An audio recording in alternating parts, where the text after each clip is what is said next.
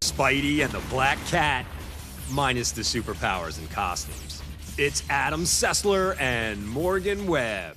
I would look terrible in Black Cat's costume. And I would make an oddly disproportionate Spider-Man.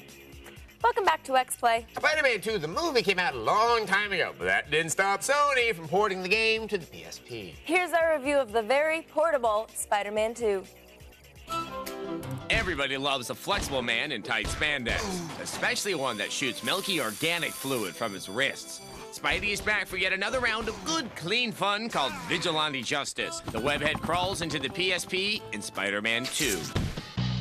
Like every other Spider-Man 2 game, the PSP version follows the movie. Kinda. Enough of this, Spider-Man. Okay, most of it has nothing to do with the movie, but you do get a CG Alfred Molina and another stunning performance by James Franco. Tridium.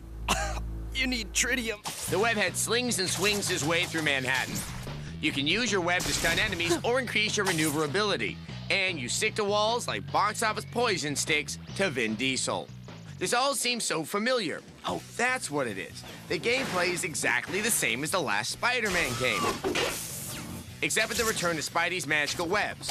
What are they sticking to? The open city environments are impressive and fun to explore. You're a fool to get so close. You do know I'm chasing you, right? Although, after the freedom offered in the console versions of Spider-Man 2, the straightforward PSP missions just feel constricting. Most of the levels are quick beat-em-ups or rescue missions. Spider-Man, help me! Hey, you can at least try to save yourself. You're like 5 feet from the exit. That's nearly everyone.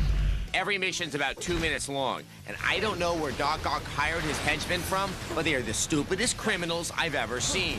Spider-Man! He followed us here. Why would you do that? To beat up thugs, mummies, and pirates. Arrgh. During your form-fitted escapades, you'll encounter Spider-Man's cornucopia of evil, including Mysterio, the only man brave enough to wear a pink dress and a fishbowl on his head. Insolent fool! All too easy. Sorry, Mysterio, quoting Darth Vader won't make you any less of a weenie. You'll cross figurative blades with the dude named after an 80s movie. Looking a little rusty there, Shocker. A furry, Let's go! and an old man in a bird suit. There's nothing quite as fun as beating the hell out of a geriatric.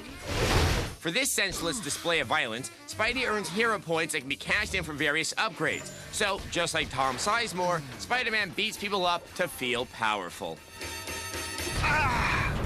The web slinger moves with grace and speed, but when you can beat the game in an afternoon, I did it. it's hard to justify the $50 price tag.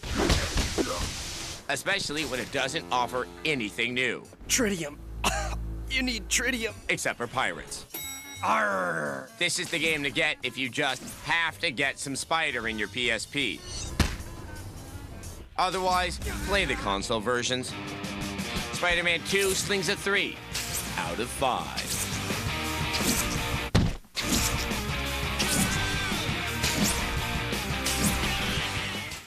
Look, don't go out and spend a huge chunk of money on a game you're only going to play for a few hours. Rent it instead at Gamefly.com. Gamefly has hundreds of games to rent or buy, so you won't feel like a tool if the game you get is really, really short. Yeah, or if it turns out to be as bad as Splinter Cell Chaos Theory for the DS. That game is the color of a Detroit gutter. And way less fun.